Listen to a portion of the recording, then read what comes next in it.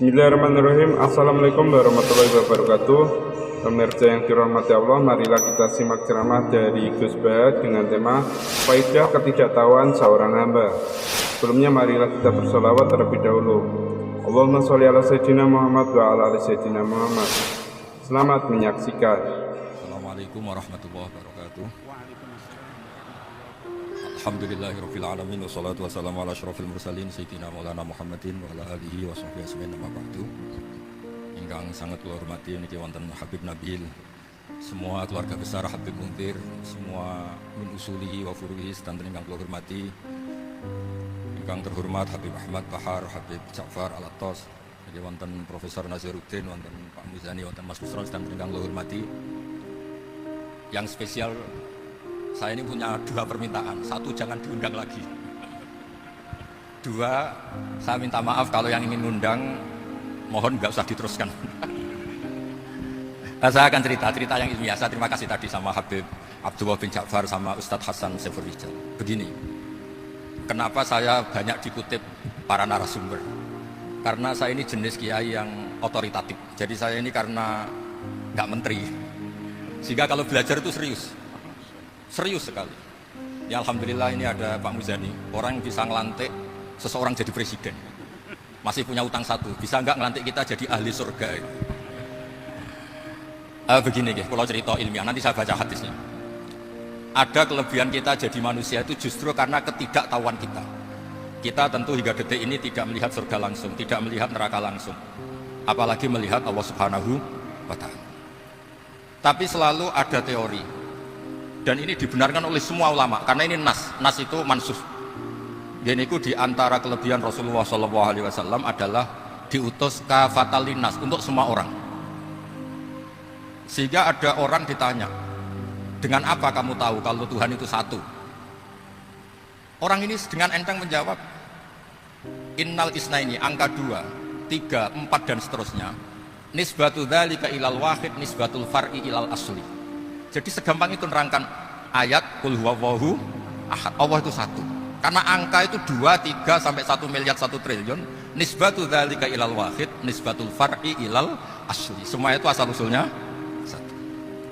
Begitu juga begitu gampangnya Syekh Nawawi Al-Bantani menerangkan. Kenapa bismillah itu dimulai ba.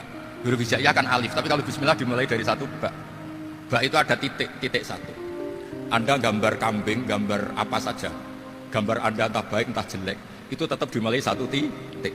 Nah satu titik ini disebut nuqtatil wujud, asal usul wujud. Sebab itu kitab I'anatul Thalibin, tadi Habib Nabil cerita sanad-sanadnya Mbah Mun. Sebetulnya kalau boleh angkuh, yang berat cerita itu saya, karena kitabnya milik saya. Tapi beliau tak kasih terus cerita, ya alhamdulillah ada penyambungnya. Nanti tak kasih lagi beliau. Ya memang yang paling berat beliau karena turunannya itu. Tapi kitabnya dari saya, jadi ya satu-satu. Kitab I'anatul Thalibin itu dikarang oleh ulama top, namanya Sayyid Abi Bakar Sato. Beliau punya murid yang sangat terkenal di Indonesia, namanya Syekh Mahfud At-Tirmidzi. Syekh Mahfud ini punya murid, diantaranya yang paling terkenal tentu Mbah Hashim sama Mbah Ahmad Dahlan, pendiri Muhammadiyah.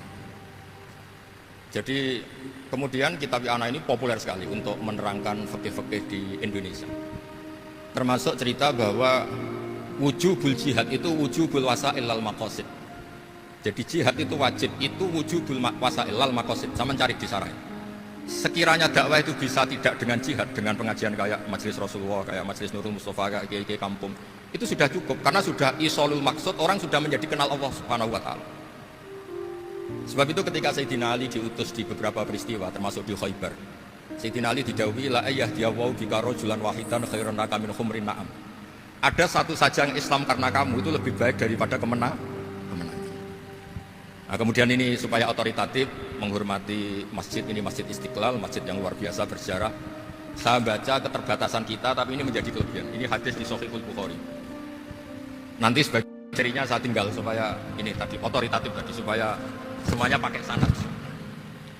Ini hadis dari Shahihul Bukhari, sehingga Anda tidak perlu tanya ini sahih apa enggak, karena ini di Shahihul Bukhari, ikutnya nomor hadisnya itu 6408. Monggo kalau mau dihafal. Biasanya jenengan kan hanya hafal Arba'in Nawawiyah, ini hadis ini nomor 6408. ada keterbatasan yang akhirnya menjadi kelebihan kita, yaitu kita tidak tahu Allah Subhanahu wa taala. Suatu saat para malaikat ditanya, apakah mereka yang membaca tasbih di sini, misalnya di Istiqlal ini, ngerti saya, kata Allah. Kata malaikat, tidak tahu. Fayaqulu hal ra'auni. Qal fayaquluna la wallah ma ra'auka. Qal fayaqulu kaifa la ra'auni. Yaquluna asyadda laka ibadatan wa asyadda laka tamjidan wa aktsaru laka tasbihan. Andaikan manusia itu ngerti engkau ya Allah, maka tasbih mereka ini akan lebih dari kita. Saya beri contoh, ini terutama untuk zuriat Rasulullah SAW. Nabi itu manusia, basar, tapi lakal basar. Nabi ketika muji Allah SWT ini supaya kalau sholat jangan hayati.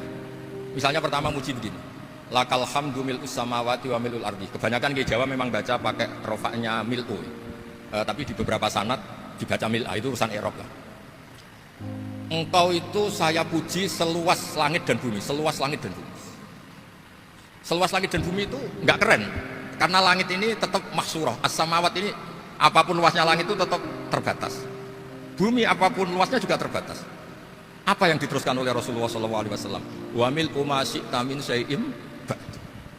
Dan pujian saya ini ya Allah sesuai kehendakmu, sejumlah kehendakmu, karena ini yang tidak terbatas. Begitu juga ketika Nabi dengan keterbatasan sebagai manusia, bukan sebagai Habibullah, atas nama manusia. Nabi itu punya dua sisi, kadang sebagai bashar, kadang sebagai Habibullah. Dan sama-sama penting untuk mengawal Islam ini. Saya ulang lagi, sama-sama penting untuk mengawal Islam ini. Ketika Nabi sebagai bashar ngendikan begini, la nuhsi Allahumma lakal hamdu hamda yuwafi ni'amaka, misalnya pakai mukhatab, wa yukafi mazidak. Saya memuji engkau ya Allah dengan pujian yang sesuai jumlah nikmatmu. Wa yukafi mazidak, dan bisa berserasian dengan tambahan-tambahan nikmat. Tapi apapun luasnya nikmat itu terbatas. Sehingga Nabi nambahi, la ukhsi thana'an 'alaika anta kama athnayta 'ala nafsik. Saya muji ini tidak terhitung, sama sejumlah pujian yang engkau lakukan. La ukhsi atau la nukhsi thana'an 'alaika anta kama athnayta 'ala nafsik. Sehingga ini kreasi-kreasi Bani Adam yang malaikat itu tidak bisa. Saya ulang lagi, ini kreasi-kreasi Bani Adam yang bakat malaikat itu tidak bisa. Ini saya baca di kitab Fathul Bari, ini sarahnya kitab Bukhari. Kata Imam, ini saya ulang lagi, ini kata Imam Ibnu Hajar al-Asqalani, pensarah terbaik Bukhari. Jadi Sahihul Bukhari itu punya sarah paling terkenal namanya Fathul Bari. Itu gurunya Syekh Zakaria Al-Ansari. Syekh Zakaria itu dikenal sebagai Syekhul Islam. Itu berkahnya punya guru alim banget, kereng. Ibnu Hajar al-Asqalani itu kereng itu keras. Kalau muridnya ada bisa itu keras sekali, tapi urusan ngaji saja. Terus punya murid itu pinter sekali, namanya Ibnu Hajar al-Haytami. Jadi beliau kalau mau ngaji ya susah, karena gurunya tuh alim nyuruh baca. Kalau mau ngajar ya susah, muridnya tuh alim, takut salah. Jadi akhirnya pinter. Orang punya murid alim alama itu kan bingung. Makanya saya tidak suka kalau Profesor Nazar ngaji saya. Nanti ngoreksi repot. Sudah gitu Islamnya beliau formal karena Menteri Agama, saya non formal. Lama-lama Islamnya beliau legal, saya ilegal. Kan jadi repot nanti. Makanya tadi tak bully, tak cocokkan. Kalau jenengan Menteri Agama sampai akhirat berarti top. Tapi kayaknya di akhirat saya yang ngelamar jadi Menteri Agama. Tidak ada, ini nggak penting. Ini hanya gejolokan saja supaya kelihatan bahwa Menteri pun juga warga Indonesia. Begini kata Ibnu Hajar al-Asqalani, ini saya baca ya supaya penghormatan saya sama Habib Umar Hafid. Saya ini baca kitab beliau khatam serius, namanya Taujihun Nabi li Mardhati Bari, yang ditulis oleh Ustadz Fahmi bin Ali bin Ubaidun. Saya baca banyak, termasuk ketika beliau punya manhaj yang tidak populer, kata beliau, fala budda an tuwattina nafsaka ala annana khudamatu hadal kaun. Kamu harus yakin bahwa tugas kiai, tugas ulama itu khudamatu hadal kaun, mengkhidmati semua alam raya ini. Dan jangan pernah putus asa, misalnya melihat non muslim terus kamu putus asa, ini non muslim enggak. Bisa saja suatu saat rubbama aslama fakhasuna islamu. Bisa saja dia Islam fakhasuna Islam. Ini wirasah nabawiyah, karena dulu Nabi ketika dari kampung Abdi Yalil dan disakiti, malaikat Jibal itu usul supaya kampung itu dihabisi. Kata Nabi apa? La bal arju ayyukhrijawah min aslabihim ma ya'budullaha wa la yusyriku bihi syai'an. Bisa saja bapaknya masih kafir, anaknya Islam, cucu-cucunya napa? Islam. Kayak apa Nabi itu? Rojaknya Masya Allah. Nah kemudian ini kembali ke tasbih tadi. Kata Ibnu Hajar al-Asqalani, yukhadu min hadal hadis anna dzikral hasil min bani adam a'la wa asyrafu min adzikri al hasil min al malaikah. li husuli dzikril adamin ma'a kasrati syawaghil wa wujudi sawarif wa sudurihi fi alamil ghaibi bi khilafil malaikati fi dzalika kullih. Jadi kita ini enggak melihat Allah langsung, enggak melihat surga langsung, enggak melihat neraka langsung. Tapi cara kita zikir, wis nek wis di neraka yo nangis tenan. Padahal yo ora mesti mlebu neraka, lha nangis tenan. Kayak apa iman kita? Nah, iman seperti ini sesuai kriteria awal sing dikersakno Allah, alladzina yu'minuna bil ghaib. Maka andekan saya ini kok dikasih mukasyafah sama Allah untuk melihat surga, saya milih enggak melihat supaya ngikuti yang tetap ghaib. Nanti kalau saya melihat langsung kemudian iman, kata Allah, akeh tunggali aku iman mau melihat itu. Jadi kadang-kadang keterbatasan kita ini penting. Makanya masyhur Nabi pernah ngendikan tuba liman ro'ani wa amanabi. Tapi wa tuba liman lam yaroni wa amanabi. Kalau orang melihat saya kemudian iman itu biasa. Ini orang zaman akhir tidak melihat saya tapi iman. Kadang-kadang itu enggak lewat Habib yang ganteng itu enggak, lewat Mudin. Mudin di kampung rapati di duit, ngono ku mulang tauhid ya mandi. Islam itu digawa Habib ya mandi, digawa menteri ya mandi, digawa Mudin ya mandi. Karena Islam itu kafatal napa kafatal. Nah, yang enggak dipunyai malaikat adalah tadi seperti cerita saya tentang Imam Amudi. Segampang itu. Makanya di tradisi pondoknya Mbah Maimun itu ada tradisi qaddimid dirayah ala riwayah. Logika riwayat itu penting karena itu menjadi nyaman. Ya kayak tadi, Allah itu satu. Ketika kita berpikir angka 2, 3 sampai sekian miliar, sekian triliun, nisbatu dzalika ilal wahid, nisbatul far'i ilal asl. Semua itu dibanding angka 1 adalah cabang. Gambar kayak apa ruwetnya, dinisbatkan asal usulnya mesti satu nuktah, yaitu satu titik. Nah, satu titik ini kata pengarang I'anatul Thalibin, bi kana makana wa bi yakunu maya. Nah, kemudian terakhir ini enggak boleh lama-lama. Kalau lama-lama nanti sampean pinternya nyanyi saya. Sudah.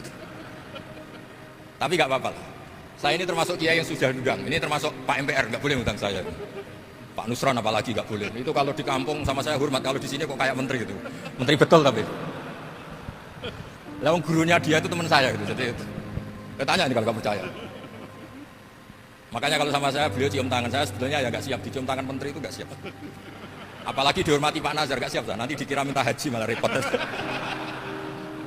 repot. Saya ini tadi bisik-bisik itu urusan ilmu tasawuf, ya ada urusannya dengan haji. Nah, cocokan. Kenapa beliau suka ilmu tasawuf? Saya kan sering lihat beliau ceramah di TV.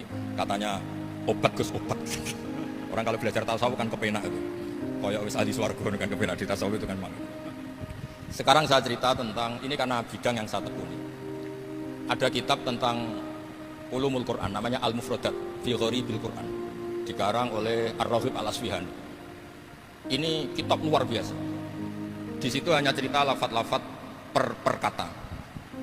Saya tadi sebelum kesini ngajar dulu di pondoknya Beki, Baitul Qurannya Pak Kures. Karena memang saya termasuk pengajar di sana.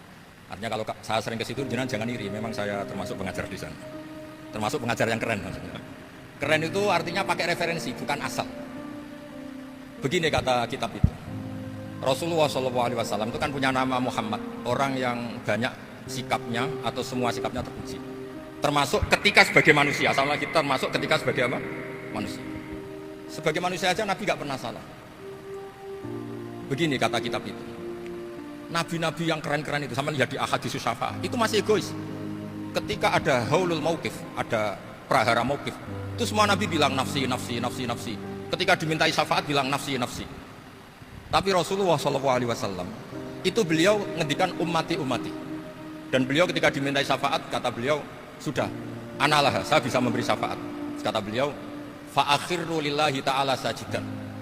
Fa yaqulu li ya Muhammad irfa' ra'sa wasaltu wasfa'tu syafa'. Kayak apa hebatnya Rasulullah SAW? Umumnya para nabi melihat akhirat itu sudah akhir dari semua amal. Itu menurut Nabi Muhammad gak keren. Allah itu gak bisa didikte akhirat. Allah itu Tuhan, tetap yaf'alu ma yasha. Jadi gak bisa misalnya sudah akhirat orang nyuwun sewu terus tanya, ya Rasulullah ini sudah akhirat kok jenengan sujud bareng ini gimana? Ini sudah gak darul amal tapi ini darul jaza. Gak bisa. Akhirat gak bisa dibatasi. Karena akhirat gak bisa membatasi Allah, Nabi tetap dengan rileksnya minta sama Allah. Fa ahmaduhu bima hamida allamani ya rabbi. Kemudian saat itu saya muji-muji Allah dengan pujian yang luar biasa. Terus kata kitab itu, fa Muhammadun ahmadu min wairihi. Makanya beliau punya nama Ahmad. Ahmad itu afal tafdil, bukan fi'il mudhari' waqi' mutakallim. Ini pernah madrasah dulu di Kutsian. Tamat. Beliau kalau di rumah hormatnya tidak kayak tadi, lebih dari itu. Tadi di sini pejabat tuh. Sembrono ya di sini tuh kenapa itu. Ya tapi nggak apa-apa itu. Tadi sudah dipuji, akhlaknya baik, apa-apa baik, alhamdulillah. Fa Muhammadun Ahmadu min ghairihi. Ketika para nabi nggak bisa muji Allah di mahsyar, bahkan mereka itu nyuwun sewu egois, hanya mikir diri sendiri, nafsi-nafsi. Rasulullah Muhammad ini punya nyali untuk muji Allah dan tetap mengajukan permohonan apa? Disebut fa Muhammadun Ahmadu min ghairi. Sampeyan lihat di Bukhari di Muslim. Fa Ahmadu fi mahamida 'allamaniha rabbi. Tetap muji-muji Allah. Nah, bukti bahwa teori saya benar dan otoritatif adalah yang enggak bisa hilang di surga itu juga wiridan. Ketika kita masuk surga, apa kita kegiatannya? Da'wahum fiha subhanakallahumma wa tahiyyatuhum fiha salam wa akhiru da'wahum alhamdulillahi rabbil alamin. Nah, kemudian ini juga yang terus kemudian dinyatakan al-baqiyatus sholihat. Ini kalimat-kalimat yang abadi. Karena apa? Di dunia ya kita bilang subhanallah alhamdulillah, di akhirat dia bilang subhanallah. Kayak apa kerennya kita sebagai Bani Adam? Nah, makanya disebut alladzina yu'minuna bil ghaibi. Wong tidak melihat Allah, tidak melihat surga, tidak melihat neraka, tapi iman kita ini kayak iman sing musyahadah. Iman sing hakul yakin, ainul yakin. Kenapa demikian? Ya karena tadi kita diajari terus menerus oleh Rasulullah SAW. Yang terakhir saya cerita mukjizat. Ini juga terkait dengan betapa mudahnya hadat din ini di logika, dicerna. Kata Rasulullah SAW, sabda Nabi di hadis, salang lagi ini hadis sahih di bab awal Fadhailul Quran di Shahihul Bukhari. Dicek kalau nggak percaya dicek. Ma minal anbiya'i nabiyyun illa utiya minal ayati ma misluhu amana alaihi bashar. Wa innama kana alladhi utitu wahyan awhahu wa ilayya fa arju an akuna aktsarahum tabi'an yaumal qiyamah. Enggak ada nabi kemudian kecuali dikasih wahyu, dikasih mukjizat. Dan mukjizat ini dahsyat sehingga orang itu dipaksa iman. Kayak Nabi Soleh, ada unta besar keluar dari batu. Nabi Musa punya tongkat dipukulkan ke Laut Merah langsung menyibak jadi daratan. Tapi kata Nabi Muhammad SAW, saya itu tidak punya mukjizat kayak itu, juga gak ingin. Saya ini dikasih mukjizat Al-Quran. Dan saya berharap karena mukjizat Quran ini adalah terus kemudian umatku menjadi yang terbanyak ila yaumil ya. Sekarang kita berlogika. Ini kata kitab Fathul Bari lagi. Kita berlogika. A'jaza yu'jizu i'jazan. Sesuatu yang menjadikan orang lain gak mampu disebut i'jaz. Kemudian karena ayat menjadi mukjizat, sesuatu yang kita sepakat tidak mampu. Nah kalau itu masalahnya, tongkat dipukulkan laut kemudian menjadi kering, kita mampu tidak? Tidak kan? Tapi pertanyaannya, Anda bikin nyamuk mampu tidak? Tidak kan? Anda bikin sapi, bikin unta mampu tidak? Tidak kan? Makanya Nabi Muhammad SAW cukup, sudahlah kamu itu manusia, bahkan sekedar menciptakan lalat itu tidak bisa. Innallaha la yastahi ayyadriba mathalan ma'a ba'udatan. Kemudian mukjizat ini sama Nabi dicontohkan hal-hal yang keseharian kita. Wa min ayatihil lailu wan naharu wasyamsu wal qamar. Sekarang peristiwa laut dibelah Nabi Musa dengan matahari yang nggak pernah turun mesin, itu keren mana coba? Keren matahari yang nggak pernah turun. Terus kata Ibnu Hajar Al-Asqalani, li'annal mu'jizat al-madiyah kanat khisyatan tusyahadu bil absar. Kana qati soleh wa asa Musa. Wa mu'jizatul Quran tusyahadu bil basirah. Fakana man yattabi'uhu atau yatba'uhu li ajliha aksar. Fa innal ladzi yusyahadu bil absar yang qaridu binqiradi musyahidihi. Wal ladzi yusyahadu bil basirah bakin. Ya saya ulang lagi, bakin. Ya, bakin terus disaksikan orang sing ja'a badal awali mustamirra. Begini logikanya. Mukjizat kayak nakoti Soleh atau Asa Musa yang terkenal. Saya andaikan jadi umatnya Nabi Musa terus dikasih tongkat itu, terus bisa apa coba? Ketika kita punya utang disuruh nyaur ya nggak bisa dipakai jaminan kan. Sudah gitu orang tanya ini asli apa enggak? Kalau asli buktikan, kan ya repot. Tapi kalau kita jadi umatnya Rasulullah SAW ditunggoni Quran, punya banyak masalah resepnya sabar. Kalau nggak bisa sabar ya nyari kiai-kiai tukang ijazah anak menodungannya mandi. Karena orang mensifati Allah itu macam-macam. Makanya saya pastikan nggak ada agama yang mengajarkan rasional kayak agama apa? Islam. Makanya liqaumi yaqilun liqaumi yatafakkar. Coba misalnya nyamuk. Kamu bikin nyamuk tidak bisa kan? Nyamuk punya organ tubuh kecil, organ tubuhnya punya urat. Kamu mikirnya kayak apa? Sekedar bikin patungnya saja tidak bisa, apalagi bikin nyamuk. Jadi untuk mengakui kudrohnya Allah yang tidak terbatas dan kita lemah, itu udah usah nunggu peristiwa kayak terbelahnya laut. Cukup wama min dabbatin fil ardi wala ta'ir yatiru bi janahihi illa umamun amsalukum. Inna fi khalqis samawati wal ardi wa ikhtilafil laili wan nahar seterusnya la ayatil liqaumi yaqilun. Nah gara-gara pola yang diajarkan Nabi itu ila yaumil qiyamah orang tetap Islam karena nyaman dengan kepastian mukjizat ini baqiyah ila yaumil qiyamah. Itu kayak apa baiknya Nabi? Makanya saya suka tadi burda yang dibaca. Ada ulama kayak Muhammad bin Said Al-Busiri yang ngarang burda.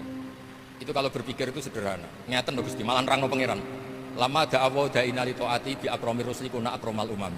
Ngeten lho Gusti, karena Rasul Muhammad itu terbaik, ya logikanya umatnya juga terbaik. Jadi lama da'awa da'ina li taatihi bi akramir rusli mesti kuna akramal umami. Jadi burda ini saking manjanya sama Allah sampai bilang gini. Wala yadhiqa Rasulullah ijahu kabi idal karimu tajalla bismimun takim. Ya Allah, engkau telah menamai Nabi engkau itu Raufur Rahim, yang penuh kasih sayang, yang sohibus syafaat. Maka ketika engkau ingin nyiksa kami dengan alasan engkau ini al-muntakim, dat yang bisa nyiksa orang maksiat, jenengan harus ingat ya Allah bahwa Nabi kita itu Nabi yang kau gelari Raufur Rahim. Ya kalau gitu jangan jadi nyiksa. Terus gunanya apa digelari Raufur Rahim reso nyafaati gitu. Itu jenenge wala yadhiqa Rasulullah ijahu kabi idal karimu tajalla bismillah. Terus fa inna min judika dunya wa darrataha wa min ulumika ilmal lawhi wal qalam. Dan itu juga yang dibuktikan Rasulullah SAW. Sampai beliau ngendikan likulli nabiyyin da'watun mustajabah wa akhtabi da'wati syafaatan ummati yaumal qiyamah. Semua nabi itu punya doa yang mustajab dan semuanya sudah dipakai di dunia. Tapi saya menyimpan jatah itu supaya saya tetap punya hak syafaat fi yaumil qiyamah. Terus ini bukti-bukti bahwa ilmu yang selama ini diajarkan para habaib, para kiai itu otoritatif. Saya hanya bantu jenengan memastikan kalau hadis itu sahih dimaknai oleh ulama-ulama yang kredibel. Ya, perjanjian terakhir tadi. Saya ini termasuk kiai yang sergap, tanya Mas Nusron, Pak Muzani juga pernah ke rumah saya. Meja saya itu isinya ya kitab. Habib Nabil pernah ke kamar, isinya kitab. Jadi kalau jenengan ngundang saya itu berhadapan-hadapan sama hukumnya Allah, yaitu ganggu orang belajar gitu aja. Assalamualaikum warahmatullahi wabarakatuh.